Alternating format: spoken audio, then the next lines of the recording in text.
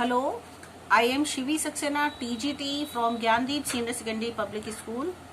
Students, हमारा chapter number 4 history का चल रहा है and then the first cities. आप इसके बारे में बहुत सारी जानकारी ले चुके हो। आपको पता चल चुका है कि कौन कौन से हमारे Indus valley civilisation, river valley civilisation हुआ करते थे, वो आपने इस डायग्राम के थ्रू देख लिया था। आपने बहुत सारे देखे थे इसमें, Egyptian civilisation, Mesopotamia civilisation, Indus valley civilisation और चाइनीज सिविलाइजेशन। इस चैप्टर में जो हम बात करेंगे वो है हमारी इंडस वैली सिविलाइजेशन। ये सारे सिविलाइजेशन रिवर के नजदीक बने हुए थे और उसी के बारे में इसमें सारा कुछ बताया गया है कि किस तरीके से सिविलाइजेशन हुआ था। और सिविलाइजेशन क्या होता है आपने इसमें ये जाना। फिर अर्बनाइजेशन एंड सिटीज, किस तरीके से लोगों के अंदर चेंजेस आए, उन्होंने अपने आप को टाउन से सिटीज की ओर ले गए। कहने का मतलब है कि किस तरह से उन्होंने प्रोग्रेस की, डेवलपमेंट्स किए, वो सारा हम इसमें देख चुके हैं। इंडस वैली सिविलाइजेशन को हम लोगों ने देखा था कि इंडस वैली सिविलाइजेशन में यही मेन रूप से इसमें हमारा सिविलाइजेशन बताया गया है, जो आप समझ चुके हो। इंडस रिवर के किनारे जो सिविलाइजेशन बनी थी वो हमारे इंडस वैली सिविलाइजेशन के अंतर्गत आती है। इसमें कैलकोलिथिक एज भी उस समय में था। उसमें कैलकोलिथिक एज में कॉपर का लोगों ने यूज करना शुरू कर दिया था, ब्रोंज एज कहा जाता था वो।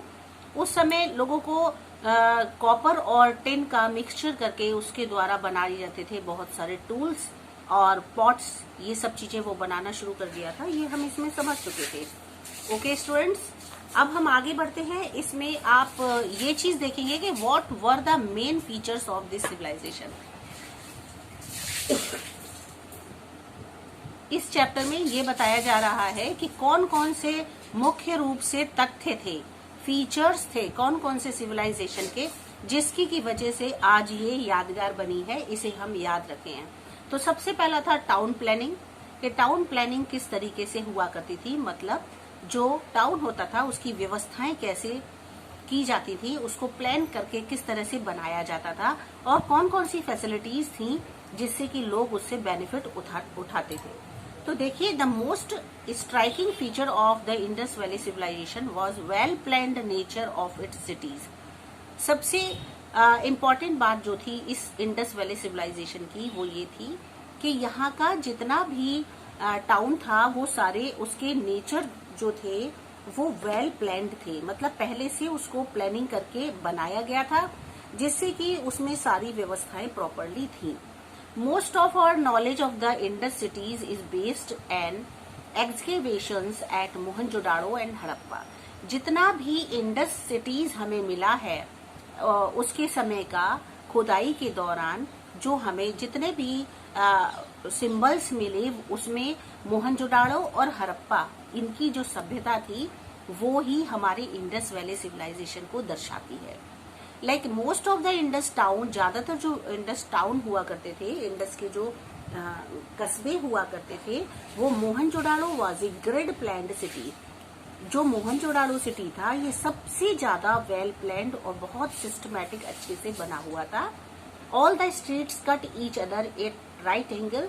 जितनी भी इसमें स्ट्रीट्स बनाई गई थी वो राइट एंगल से कट करके बनाई गई थी जिससे कि एक जगह से दूसरी जगह इजीली जाया जा सके।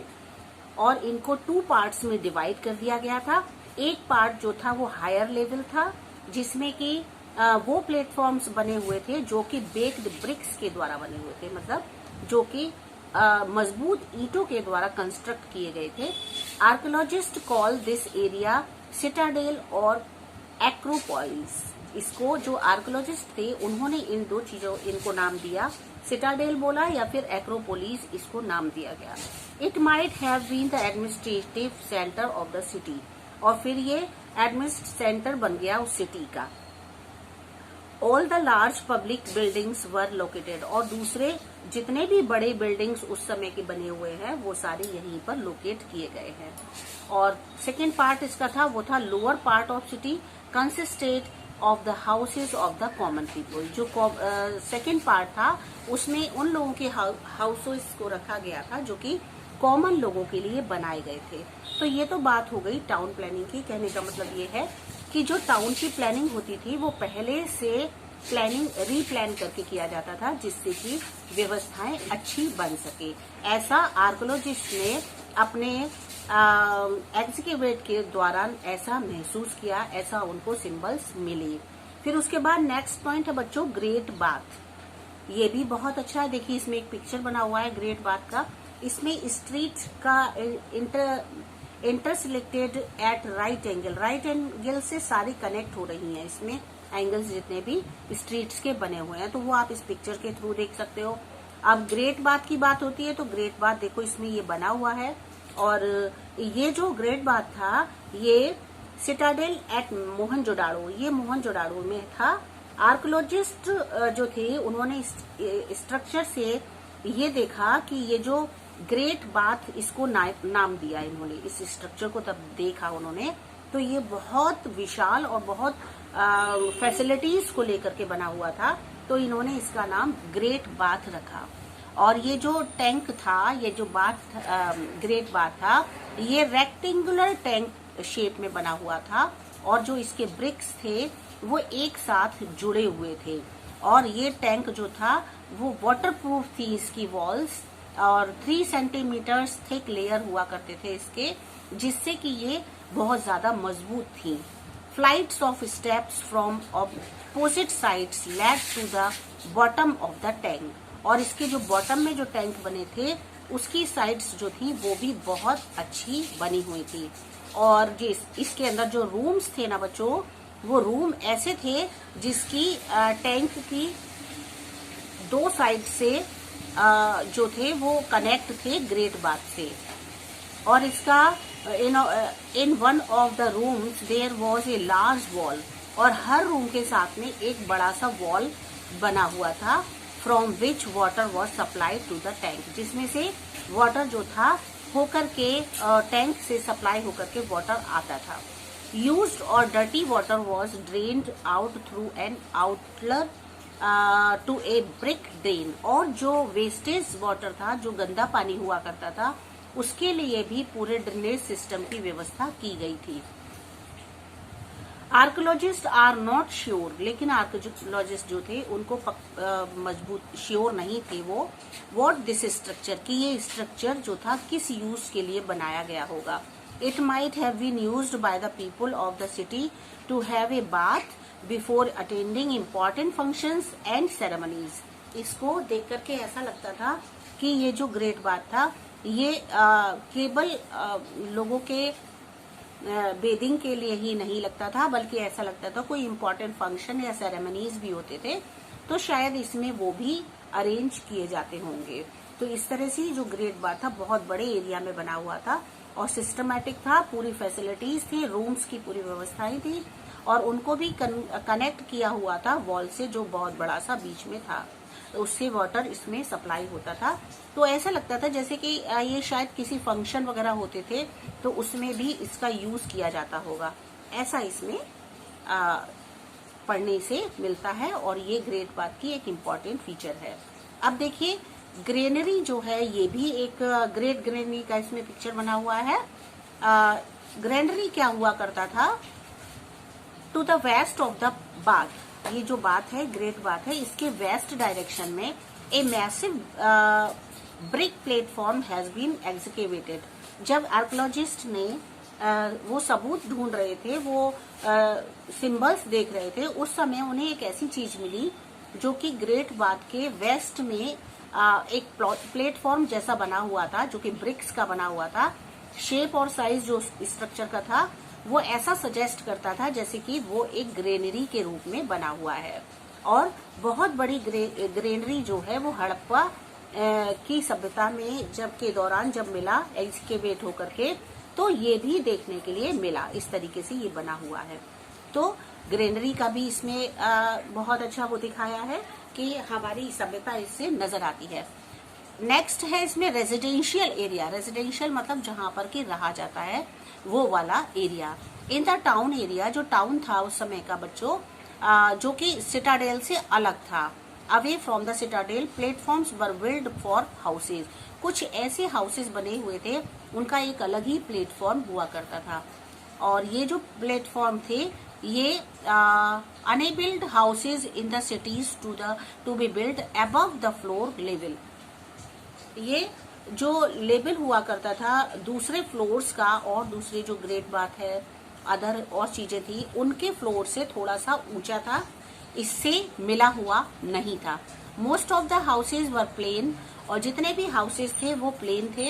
Uniform in plain, the room of each house were arranged around a courtyard, और जितना भी रूम्स का व्यवस्थाएं थी वो उसके साथ एक छोटा सा एक वार्ड जैसा भी बना हुआ था, जिसमें कि व्यवस्था की जा सके, अच्छे से रहा जा सके, ऐसा उससे लगता था।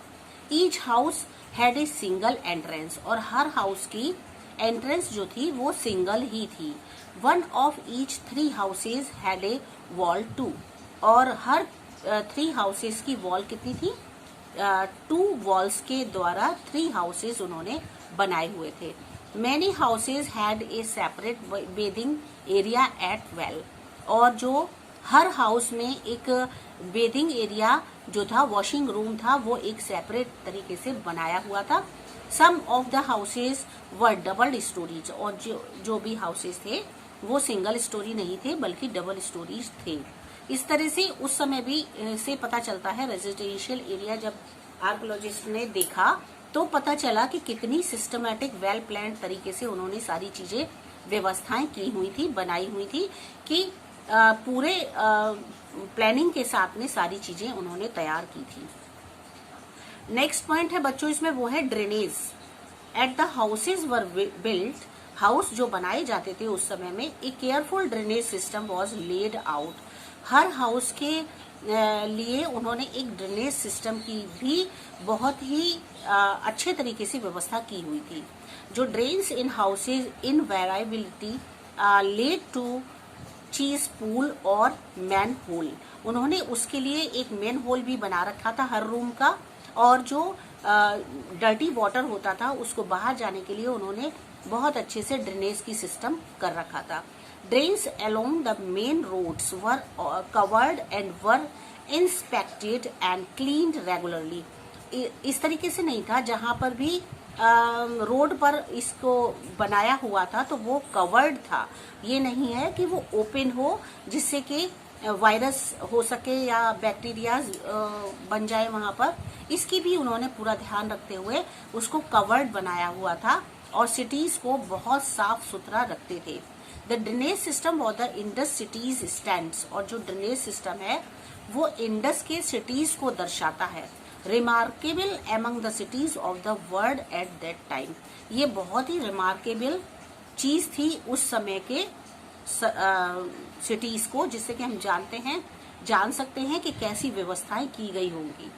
ठीक है, अब और आगे जब चलते हैं बच्चों हम लोग इस चैप्टर में, तो देखते हैं were there rulers in these cities, क्या रूलर्स भी इस सिटीज में, उस समय की सिटीज में हुआ करते थे, जो कि पूरा राज्य चलाते थे, किंग्स और क्वींस हुआ करते थे क्या? तो थोड़ा सा देख लेते हैं बच्चों, पता चलेगा उससे। इंडस सिटीज जो होते थे वो वेल प्लान्ड होते थे विद स्ट्रेट रोड, और जो रोड्स होती थी वो बिल्कुल सीधी होती थी। Walled citadels and well maintained drains, ये आप देख चुके हो, सभी कुछ वेल प्लान्ड था, और वॉल्स जो थी वो भी बहुत मजबूत बनी हुई थी, विच डेफिनेटली मीन्स, उससे ऐसा लगता था that there was a high standard of administration.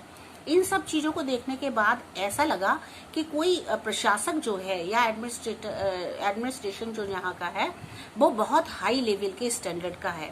Unfortunately, लेकिन दुर्भाग्य से, till the script of the Indus civilisation is discovered, लेकिन जो इस चीज की स्क्रिप्ट थी जो हमें मिलती कि ये किसके द्वारा हुआ, एडमिनिस्ट्रेशन किसने किया इतना वेल प्लान, तो वो हमें नहीं मिल सका, क्योंकि वो सब कुछ जो था वो बर्बाद हो गया था, डिस्ट्रॉय हो गया था।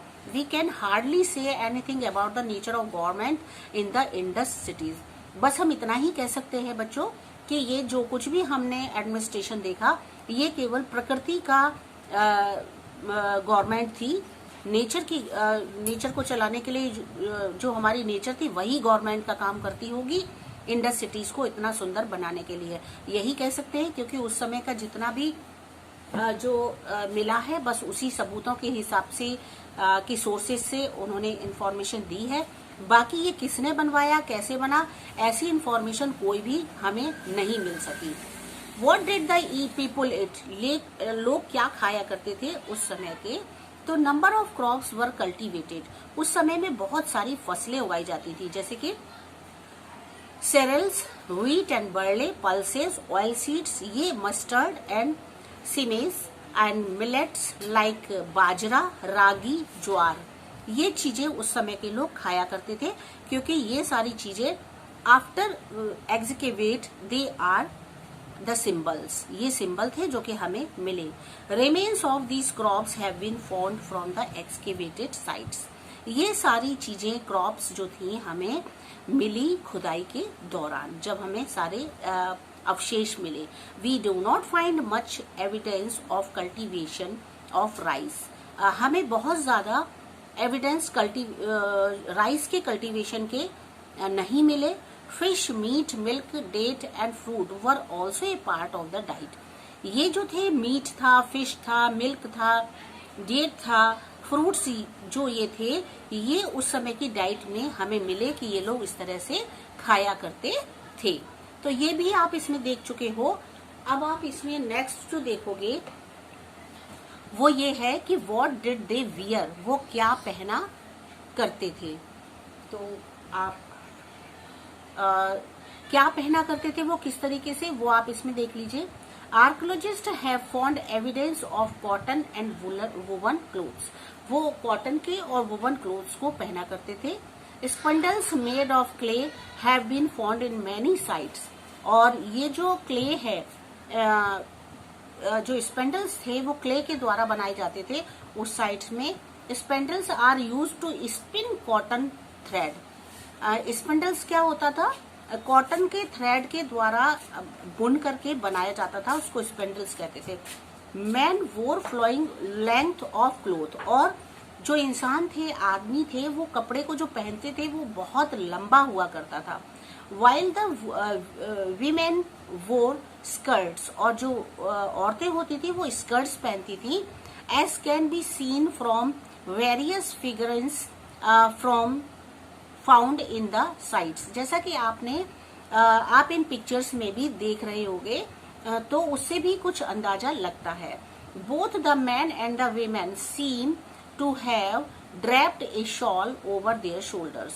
जितनी भी वहां के मैन और वीमेन हुआ करते थे वो अपने आप को शॉल से कवर्ड कर लेते थे, शोल्डर से लेकर के। और उसके बाद आप देखोगे बोथ मैन एंड वीमेन जो थे वो wore ornaments made a gold, silver, faience and beads of semi precious stones like jets, lapis, lazuli and carnelian and agate. इस तरीके से बहुत सारी चीजें उस समय में हुआ करती थी जिससे कि वो अपने ऑर्नामेंट्स बनाते थे। ठीक है, ये आप समझ चुके हो। बैंगल्स पहना करते थे वो लोग, इयररिंग्स पहनते थे, नेकलेस पहनते थे और इस तरह से वो बहुत सारी चीजें पहनना पसंद करते थे। इस पिक्चर में भी आप देख रहे हैं वो किस तरीके से ऑर्नामेंट्स पहने हुए हैं। द वीमेन यूज्ड काजल। अच्छा, उस समय में जो वीमेन होती थी, जो लोग होते थे, काजल का यूज किया करते थे। And painted their lips.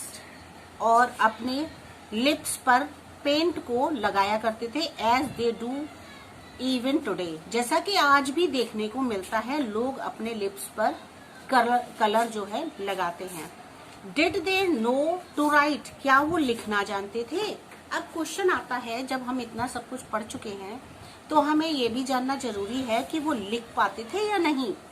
The people of the Indus civilisation had developed a form of writing. उस समय के लोग जो थे, ऐसा देखने को मिला, डेवलपमेंट हो चुका था, लोग लिखना सीख चुके थे। This was one of the world's earliest known scripts. उस समय की सबसे पहली स्क्रिप्ट्स हमें लिखी हुई मिली। Writing was in the form of brief inscriptions. और जो राइटिंग थी वो ब्रीफ इंस्क्रिप्शंस के थ्रू देखने को मिली। Mainly seals of different material. ज्यादातर हमें क्या मिला, सील्स के रूप में मटेरियल मिला, जैसे कि क्ले, बेक्ड क्ले, स्लेट्स, इन सब के ऊपर लोगों ने कुछ लिखा हुआ है जो कि हमें मिला। Archaeologist reveal that the writing is usually from right to left. वो ये भी देखने को मिला वो राइट से लेफ्ट की तरफ लिखा करते थे। Unfortunately the scripts have been deciphered too far. कुछ समय के बाद वो भी जो था, दुर्भाग्य से जो आर्कियोलॉजिस्ट को जो मिला था मटेरियल, वो भी खत्म हो गया, बिगड़ गया, क्योंकि वो इतना मजबूती से पेज या जो भी था वो नहीं था। ठीक है, अब आज के लिए इतना ही काफी है, बाकी हम नेक्स्ट वीडियो में देखेंगे बच्चों। आप इसे अच्छे से समझ लीजिएगा, फिर इसको रिवाइज कर लीजिएगा जितना भी मैंने आपको समझाया है। बहुत ही सिंपल तरीके से दिया हुआ है, इसमें ज्यादा कुछ नहीं है, आप इजीली समझ सकते हो। ठीक है, सारा कुछ रिवाइज करेंगे, क्वेश्चंस देख लीजिएगा, शॉर्ट निकाल लीजिएगा, शॉर्ट क्वेश्चंस।